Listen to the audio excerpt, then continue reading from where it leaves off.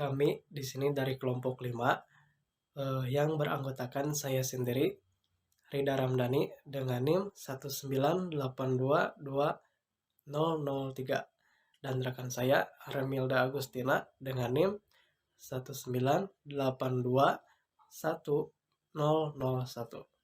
Di sini kelompok kami akan menjelaskan tentang seismologi eksplorasi. Baik, di sini saya akan menjelaskan apa itu pengertian seismologi eksplorasi. Nah, secara umum, seismologi eksplorasi adalah ilmu yang mempelajari gempa bumi. Nah, dari gelombang bumi yang terekam, para ahli dapat menyimpulkan penyebab terjadinya gempa bumi, tempat asalnya, kekuatannya, jenisnya, serta sifat-sifat atau perilakunya yang disebabkan oleh gempa bumi. Bahkan dari gelombang gempa bumi itu tersebut dapat dipelajari struktur bagian dalam dari bola bumi kita. Sehingga pada dasarnya seismologi eksplorasi adalah ilmu yang mempelajari gempa bumi buatan untuk mempelajari struktur maupun bawah permukaan bumi yang hasilnya dapat dimanfaatkan untuk keperluan eksplorasi. Di antaranya eksplorasi sumber daya alam seperti minyak, gas bumi, batu bara, maupun untuk mendukung teknik sipil. Dari pengertian seismologi eksplorasi yang telah saya sampaikan tadi, lanjut ke sejarah dan perkembangan pada seismologi eksplorasi saat ini. Nah, ilmu seismologi ini sudah semakin banyak diketahui oleh masyarakat, hingga masyarakat yang awam sekalipun. Kini seismologi semakin banyak dilirik untuk dipelajari dan dapat digunakan untuk eksplorasi hidrokarbon melalui metode seismik pada geofisika. Nah, seismologi itu sendiri berasal dari dua kata yang berasal dari bahasa Yunani, yaitu seismos yang berarti getaran atau guncangan, dan logos yang berarti risalah atau ilmu pengetahuan. Pada hakikatnya, seismologi lahir sejak manusia tertarik untuk mengkaji fenomena alam, yaitu tentang berupa gempa bumi.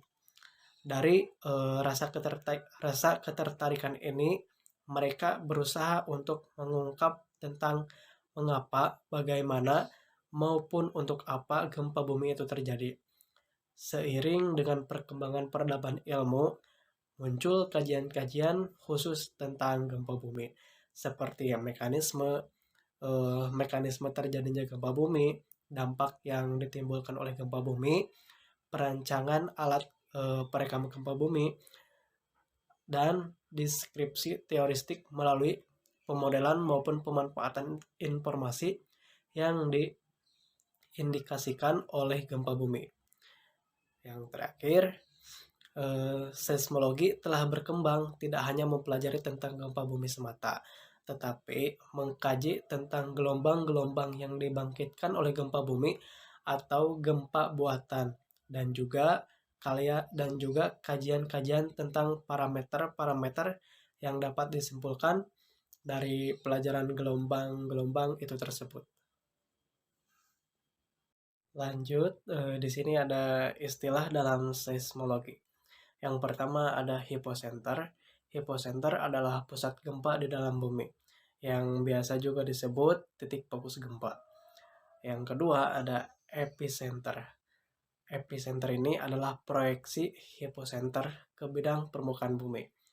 Yang ketiga ada origin time atau waktu asal. Adalah waktu saat terjadinya hypocenter. Yang keempat ada travel time atau waktu tempuh. Adalah waktu yang dibutuhkan oleh gelombang gempa untuk menjalar dari hypocenter ke waktu pencatat. Dan yang terakhir, yang kelima ada seismometer, seismograf, dan seismogram. Terakhir, pembahasan yang saya akan sampaikan yaitu perangkap hidrokarbon.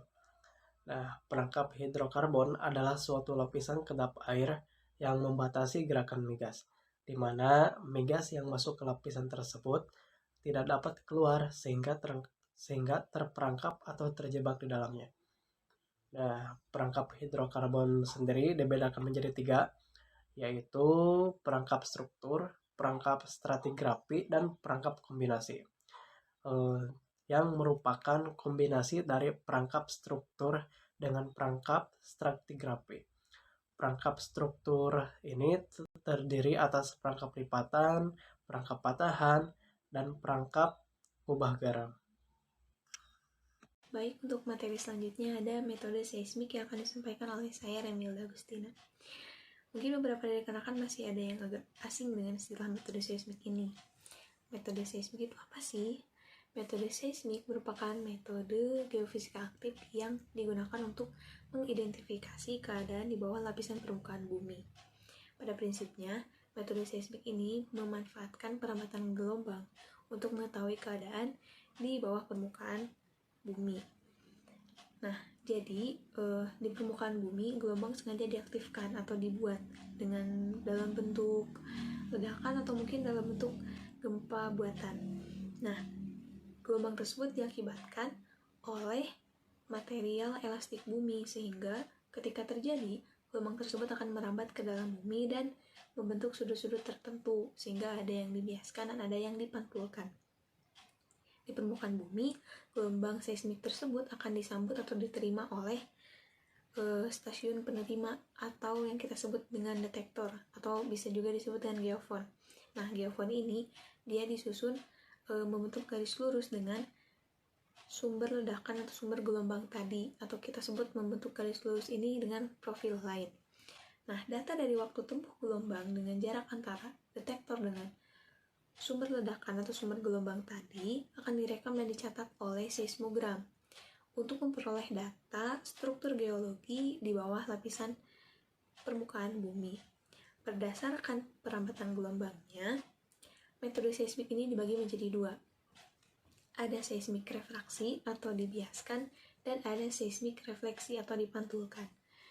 Tapi sebelum kita masuk ke seismik refraksi dan seismik refleksi, kita akan masuk dulu ke gelombang seismik. Oke, sebelum kita masuk ke seismik refraksi dan seismik refleksi, alangkah baiknya kita mengulas sedikit mengenai gelombang seismik. Gelombang seismik ini berkaitan erat pada metode seismik. Nah, gelombang seismik merupakan gelombang elastik yang merambat di dalam permukaan bumi.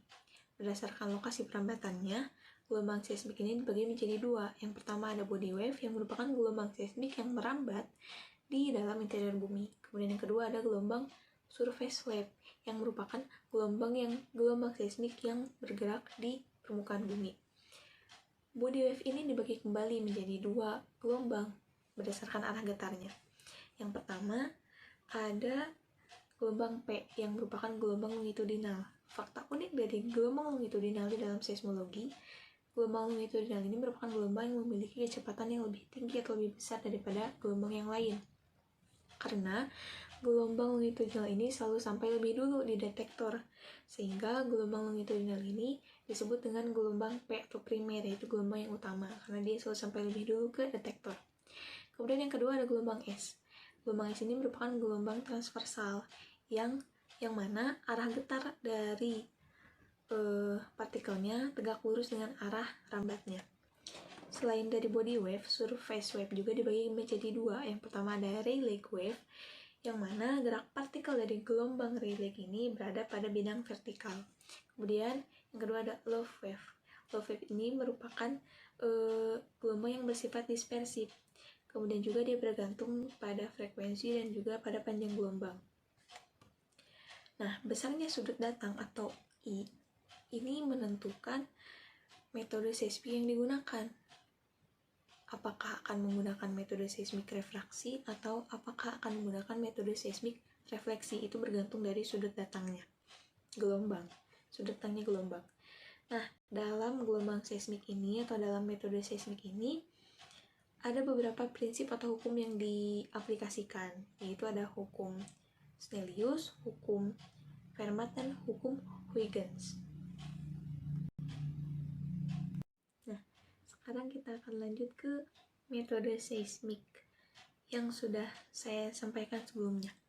Salah satu metode seismik dalam geofisika yang cukup sering digunakan adalah metode seismik refraksi. Atau refraksi itu adalah pembiasan.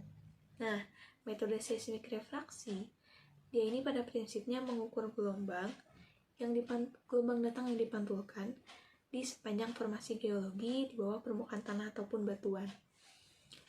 Dalam pengaplikasiannya, metode ini diberikan suatu gangguan atau gelombang seperti ledakan ataupun gempa buatan pada suatu sistem di permukaan bumi. Kemudian, gejala fisiknya dapat diamati dengan geofon yang menangkap gelombang tersebut. Hal tersebut akan menghasilkan gambaran mengenai kecepatan dan kedalaman lapisan berdasarkan perhitungan waktu tempuh antara sumber ledakan dengan penerima atau geofon yang tadi dibuat garis lurus. Nah, waktu yang diperlukan oleh gelombang untuk merambat pada lapisan tanah ataupun batuan ini dipengaruhi besarnya oleh kecepatan yang dimiliki oleh medium yang dilaluinya.